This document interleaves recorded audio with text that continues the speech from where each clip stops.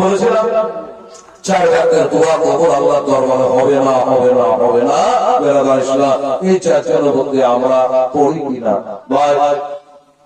এই 4 জন তারা এরা যদি মাথা ফাটিয়ে দেয়, চোখের পানি করে মুখ ভাসিয়ে দেয়, যে বাবা নিজের বাপ মাকে দুঃখ দেয়, কষ্ট দেয়, বাপ মাকে যারা কষ্ট দেয়, এর দোয়া যতই গিড়গিড়িয়া কাঁদো, চোখের পানি ঝরাও, আল্লাহ বলে তোর দোয়া সাবান চাঁদো কবুল হইবে না।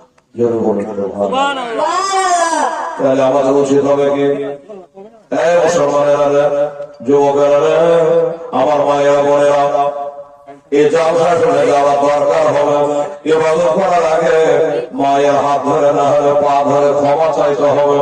মা হোক আর বাবা হোক, আমার মায়েরা বোনেরা, একজন আল্লাহ দরবারে কবুল হবে না বলে দিলাম। যারা বাপাকে কষ্ট দেবে, আমার নবী বলেছে হোমা জান্নাত হোমা নারক।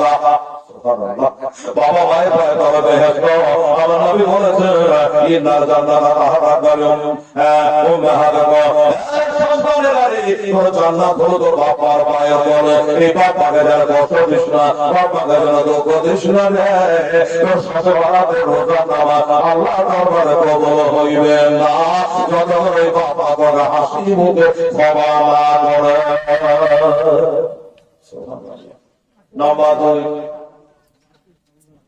যারা মদ পান করে, আপনার এই এলাকায় করে না করে জানি না, বাবা মদ পান করে, একজন আর পেশা, একজন আর নেশা।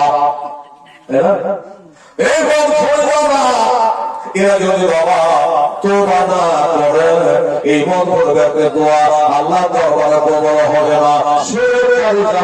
আল্লাহর সঙ্গে যারা শরীক করে, এদের দোয়া আল্লাহ দরবারে কবুল করবে না।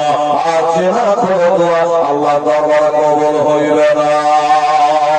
চার ব্যক্তির দোয়া আল্লাহ দরবারে কবুল হবে না বাবা।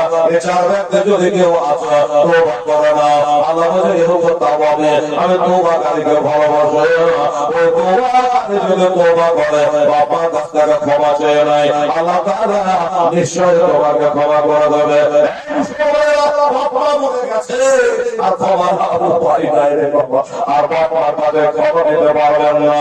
বড় সাজায় জানিয়ে ওই বাবা মায়ের কাছে, বাবা মায়ের নামে আপনারা আল্লাহ তাআলা দোয়া নিশ্চয়ই কবুল করবে।